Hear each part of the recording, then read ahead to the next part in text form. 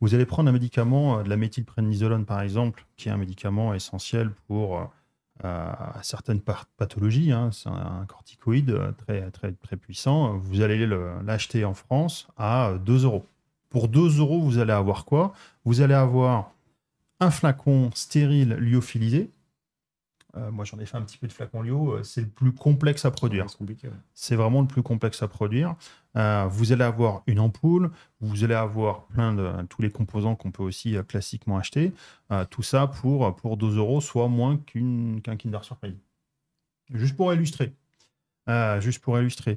J'ai regardé un live du LEM où il y avait une représentante de l'industrie pharma qui disait maintenant il y a des packaging, il y a des boîtes de 50 comprimés à 89 centimes le traitement mensuel de 50 comprimés. 89 centimes, c'est moins qu'une baguette dans le commerce chez son boulanger. Donc, fait que les vieux produits, effectivement, et souvent les plus prescrits, sont des choses qui ont été qui arrivent à des prix. Tu as donné des exemples qui sont dérisoires. C'est risible. Enfin, et sur lequel je pense que les gens ne voient même plus le prix parce que la plupart du temps on ne paye pas. Je pense qu'il n'y a plus le prix d'ailleurs sur les boîtes ou sur quoi que ce soit d'ailleurs. Non, il n'y a plus. Le coût de la santé est complètement transparent. Mais tu as raison. Il y a des médicaments qui quand même te changent ta semaine, à défaut de te changer ta vie, mais en tous les cas, il y a des choses qui sont extrêmement importantes qui ont des prix moins qu'une boîte d'œufs ou un Kinder Surprise. Ouais, c'est pour rester dans les œufs. Mais en tous les cas, ouais, des prix qui sont dérisoires par rapport aux bénéfices que ça apporte par rapport à un objet alimentaire. Je parle même pas de la cigarette, là, on est sur autre chose. Tout à fait. Quelques petites définitions, parce qu'on va avoir quelques termes, et même dans la vie de tous les jours, vous pouvez entendre ces termes-là qui sont essentiels pour bien comprendre. Le PRI. C'est quoi le PRI, monsieur Guillaume? Le pharmacien responsable intérimaire? Non, c'est l'autre. Le PRI, prix de revient industriel, pour le dire de manière assez simple, c'est combien est-ce que ça nous coûte pour fabriquer un produit. Parce que pour pouvoir vendre un produit et pour savoir si on va gagner de l'argent ou pas, faut bien savoir combien ça nous coûte. Ce prix de revient industriel, il va être composé de deux principales choses qui peuvent être ensuite subdivisées, nos coûts d'achat et nos coûts de conversion. On va prendre une boulangerie. Le prix de revient d'une baguette. Une baguette, on a deux choses. On a des ingrédients à acheter, de la farine, de la levure, du sel, de l'eau. Et on va avoir qu'est-ce que ça nous coûte pour produire. Donc pour produire, on va avoir besoin d'un boulanger qui va préparer la pâte, la pétrir, la façonner, la lamer, d'un four et donc de l'électricité pour faire tourner ce four, etc. Donc le PRI, c'est qu'est-ce que ça nous coûte en fait pour fabriquer un produit donné, qui est composé de deux choses, les coûts d'achat, la part achat et le coût de conversion. Juste de dire quand même que tout ce qui est MOI et MOD, de toute façon, c'est des dépenses, c'est des OPEX. Ouais. Et c'est généralement la plus grosse part en fait, de dépenses d'un site industriel. Et ça, c'est important de le dire parce que c'est rare que les gens acceptent d'être payés la même chose tout le temps ou même de suivre la décroissance du prix du médicament qui est lui-même. Donc voilà, là où on est dans le sujet, c'est que généralement, ce n'est pas des coûts qui sont voués en fait, à être stables ou à baisser. Ou alors, c'est un autre sujet. Alors que le prix du médicament qu'on lui en vend, oui. Et donc, c'est là où parfois on peut avoir un petit problème. Oui, les coûts d'achat. C'est quoi les coûts d'achat, Guillaume? Qu'est-ce qu'on appelle les coûts d'achat?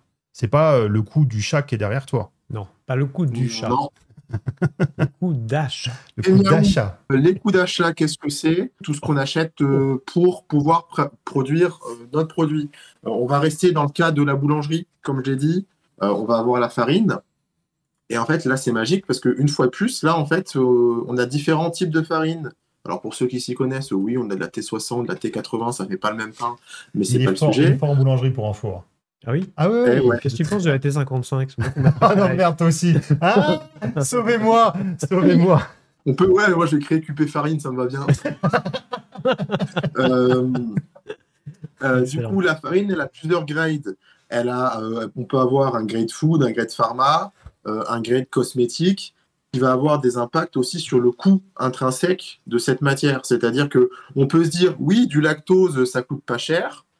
Du lactose pharma, il va coûter aussi plus cher que du lactose food. Ça peut parfois être juste une histoire de certification, ce sera littéralement la même matière, mais le fournisseur s'engage parce que lui, il a certifié que cette matière était adaptée à la production pharma. Oui. Donc il y a quand même un engagement du fournisseur qui est là pour justifier l'écart de prix.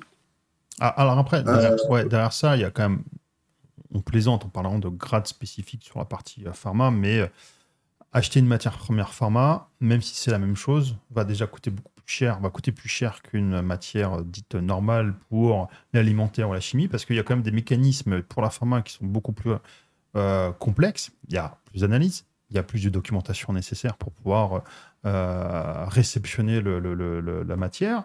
Il y a aussi des contrôles à réception. Il y a tout le processus d'autorisation du fournisseur, d'audit du fournisseur, de contrôle qualité, de contrat qualité avec le fournisseur, etc.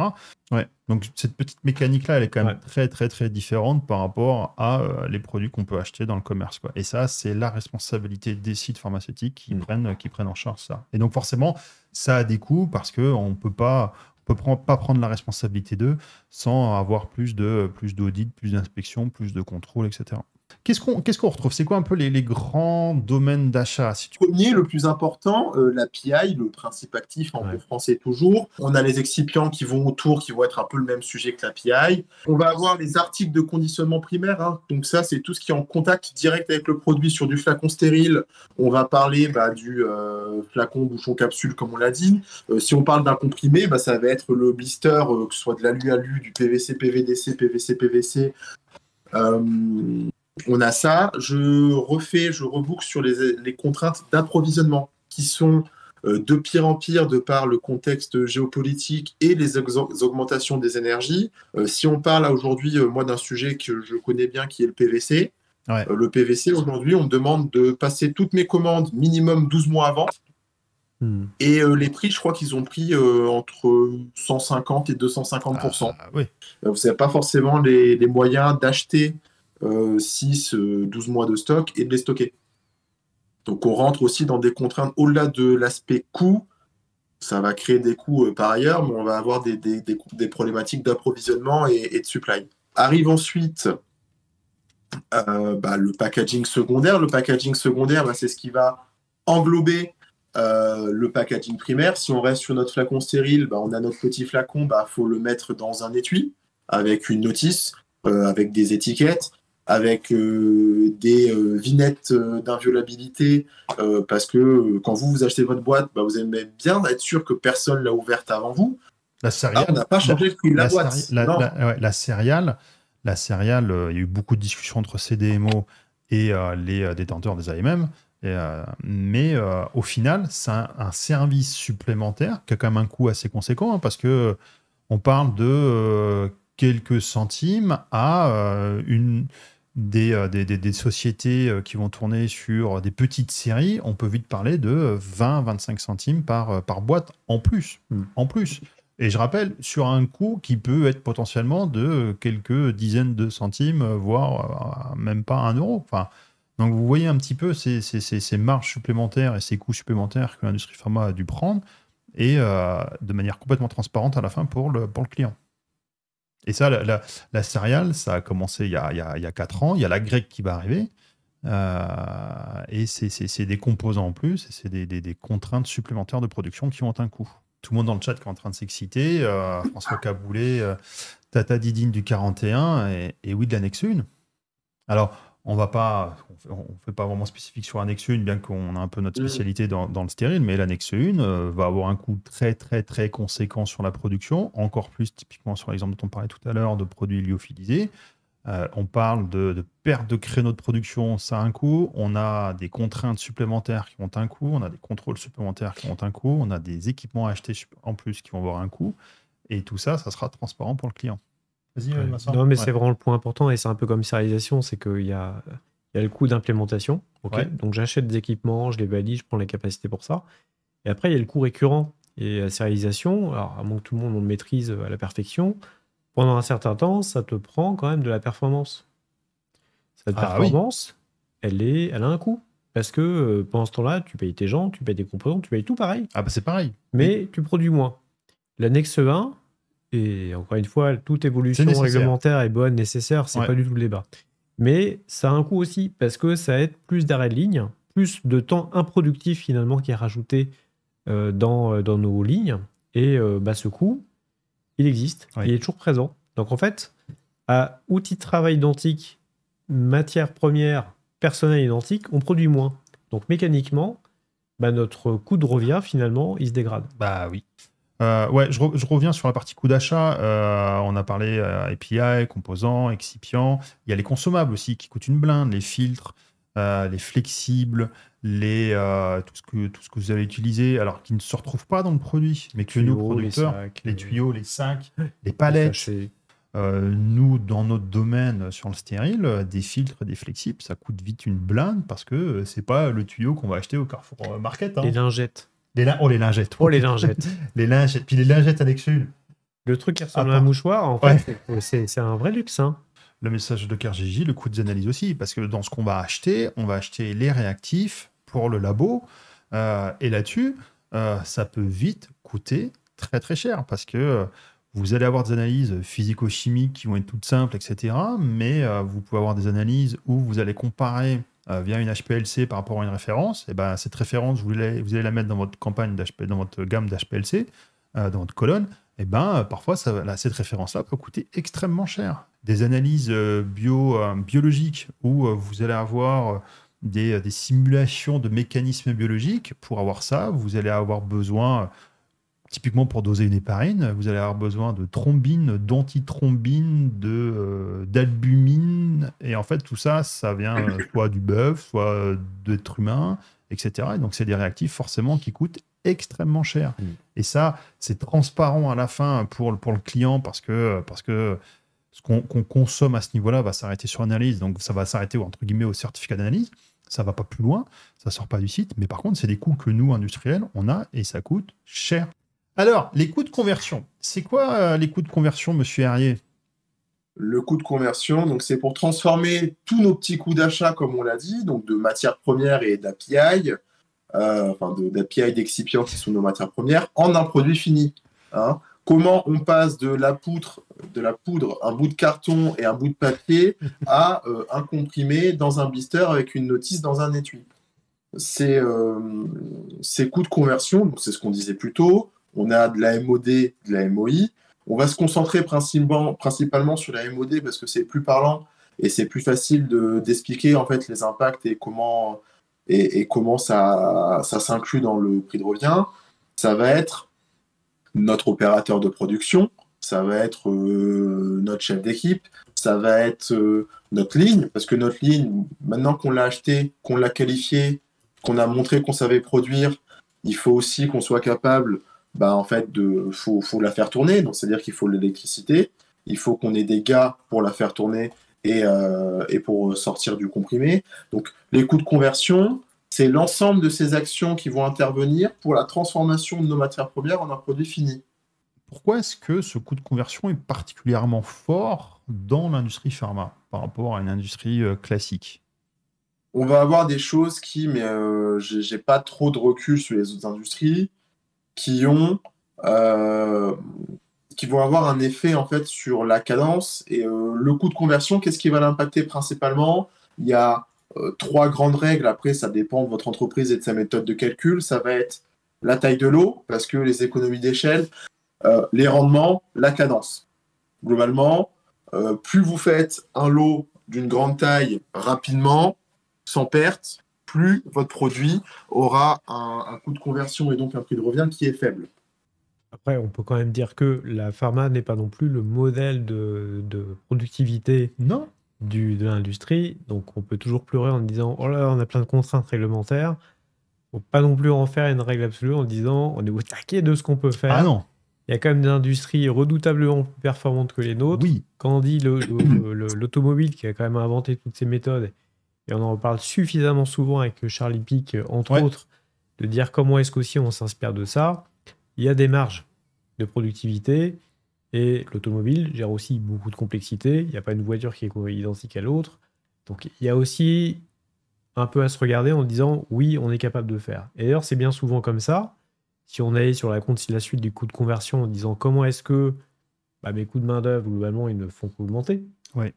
Puisque j'augmente mes gens, a priori, chaque année ou presque. Et bah tout ça, et bah ça a une valeur. Comment je compense cette valeur-là? Bah, en faisant de l'amélioration continue. Et en faisant en fait des choses qui vont augmenter ma Appel à QP productivité. Pharma. C'est amusant parce que la semaine dernière, on était avec Christophe au Pôle Pharma Usine du Futur, et il y avait quelqu'un qui venait de l'automobile. Il était quand même en disant bon, ok, et pensez pas que nous, il n'y a pas de réglementation dans l'automobile. La sécurité de tous les composants, Bah la ouais. traçabilité, Ouais. c'est la même ou pire. La data integrity, on n'appelle pas ça comme ça, mais ça fait 10 ans que ça existe. Donc arrêtez de vous rouler par terre. Il y a aussi des contraintes dans d'autres industries. Les coûts de conversion, donc si on revient aux coûts de conversion, qu'est-ce qu'on peut dire de plus? Il y a bien entendu aussi, on a parlé un petit peu tout à l'heure, bah, il y a les analyses aussi qui vont alors tomber dans le coût de conversion parce que ça prend du temps, Exactement. ça prend de l'énergie, etc. On a déjà parlé, on avait dit dans le conducteur que la réglementation était en constante évolution et que forcément ça va avoir un impact sur les coûts de conversion. On en a déjà parlé précédemment, on va pas forcément revenir là-dessus. La MOI, elle rentre également dans ce coût de conversion, hein. Donc, la vendeuse de la boulangerie que tu citais tout à l'heure. Mais La vendeuse, le comptable, le gars qui lave les carreaux de la boulangerie, parce qu'à un moment, si la vitrine est moche, on vend pas. Bah, tout ça, ça rentre dans le prix. Donc, la complexité de la MOI, c'est de savoir comment on répartit cette MOI dans le prix de notre produit. C'est surtout ça, hein, la complexité de cette main-d'œuvre indirecte, parce que vu qu'elle est indirecte, on peut pas dire c'est pas une histoire de taux horaire, c'est pas une histoire d'heure. Donc, c'est là où il faut choisir une clé de répartition, de dire voilà, ma MOI, elle est de 100, bah, je la divise par le nombre de baguettes que je sors par année. Et donc là, on a créé un moyen de répartir de manière fiable et fixe cette MOI. Là où la MOD, c'est dans le nom, c'est de la main-d'œuvre directe. Bah, si j'ai 12 personnes pendant 8 heures, bah, j'ai 12 personnes pendant 8 heures. juste pour qu'on là, on parlait de la MOI, hein. La MOI dans l'industrie pharma est souvent aussi importante parce qu'on a quand même des activités de type la qualité, les affaires réglementaires, la validation, la métrologie, qu'il y a aussi dans d'autres domaines, hein. Mais c'est sûr que pour permettre d'avoir un médicament de qualité, de sécurité, etc., il y a quand même aussi beaucoup de structures qui sont nécessaires pour c'est s'assurer. clair. Les frais de structure sont quand même sans doute Ah oui. proportionnellement très Ouais. supérieurs. Alors, une fois qu'on a fait tous ces coûts, c'est quoi un peu la situation? C'est quoi les marges qu'on va avoir? C'est quoi un petit peu, si on pouvait donner quelques idées d'ordre de grandeur de marge? Est-ce que toi, tu en as un petit peu en tête, Guillaume? Et en fait, qu'on se le dise, quand un laboratoire génériqueur il va négocier le quatrième chiffre après la virgule, bah, vous vous doutez, c'est pas parce que tout est vendu à 10, 100 ou 50 euros, sinon on s'embêterait pas à aller aussi loin. Et que, étonnamment, la marge du CMO qui fabrique, ça va rester assez mini, mais disons quelque chose qui va nous coûter, donc en PRI, en prix de revient industriel, à 1 euro. C'est-à-dire qu'après mes achats, je l'ai fabriqué, je l'ai sérialisé, je l'ai libéré, tout est prêt. Ça me coûte 1. Honnêtement, si on vend 1,10 €, 1,20 €, on est content. Mais c'est important que vous ayez un peu cette valeur-là un peu en tête, hein, quand l'industrie pharma va vendre cet ordre de grandeur que nous a donné Guillaume. J'espère que ça a un peu changé la donne dans. Après, forcément, il y a toujours des traitements qui vont énormément Oui, marger, alors mais si on sort, c'est pas la majorité des produits, hein. Puis ce qui fait l'actu, ce qui fait la visibilité et qui continue d'être dans le biais de confirmation de l'industrie, c'est vraiment des méchants. On parle des gros, on parle Bah oui, généralement des bah oui. coûts, Oui. des choses qui, effectivement, d'un point de vue entre le coût de fabrication et le prix de vente, là, peut y avoir des choses délirantes. Ce qui serait aussi oublié, le coût qui a été celui pour créer le produit. Ouais. Et là, les coûts, ils sont assez. Enfin, c'était déjà dingue, en fait, quand on faisait nos études. Là, c'est devenu Oui. encore plus dingue. Et en plus, il y a un taux d'échec qu'il faut sur certains produits où il faut ensuite que les suivants absorbent finalement l'échec des précédents. Enfin, le coût de la recherche, il y a très peu de produits qui finalement arrivent au bout. C'est colossal. Et donc, ça aussi, ça justifie, au moins en partie, le fait qu'il y ait parfois des prix qui soient aussi distendus entre combien ça coûte à fabriquer coût usine, et puis combien c'est vendu, parce qu'il faut être en capacité de rembourser le reste. Encore une fois, je pense que le débat, c'est vraiment pas de glisser sur le terrain glissant du coût de la santé, parce que là, on est sur des débats passionnels, mais juste donner quelques réalités de qu'est-ce que ça veut dire de Voilà. fabriquer des médicaments, fabriquer des médicaments en France, et puis à quelle réalité physique, financière ça correspond, et pourquoi il faut aussi faire attention effectivement à des prix qui sont de plus en plus bas, soit des produits de première nécessité et qui en plus ne coûtent pas plus cher qu'une boîte de Kinder. Une Ça, boîte j'ai de retenu. Kinder, tout à fait. Ça, j'ai retenu. Ah ouais. Ouais, Kinder. Je ne verrai plus jamais un Kinder de la même façon. Oui, tu vas le chérir, quoi. Tu vas te dire, c'est Kinder, ouais. mon précieux. Vite, en conclusion, et juste pour le LEM, je sais qu'ils sont retournés voir le gouvernement par rapport au PLFS 2023. Ce qu'ils demandent, c'est pas par unité des euros. Hein. Ce qui est demandé, c'est du 20 centimes d'euros par boîte. Ce qui est demandé, on est dans cet ordre, Ouais. dans Non, vraiment c'est ça, cet ordre de grandeur. très Quoi. exactement 20 centimes par boîte qui est Voilà. demandé. Donc, vous imaginez de quoi la proportion de ce qu'on est en train de parler pour que. Et nous Guillaume, quand on a travaillé, voilà, nous, du 20 centimes peut faire énormément la différence, quoi. Et c'est rien, Ah oui. enfin, c'est pas grand-chose. Surtout sur des produits qui pouvaient être parfois complexes à produire.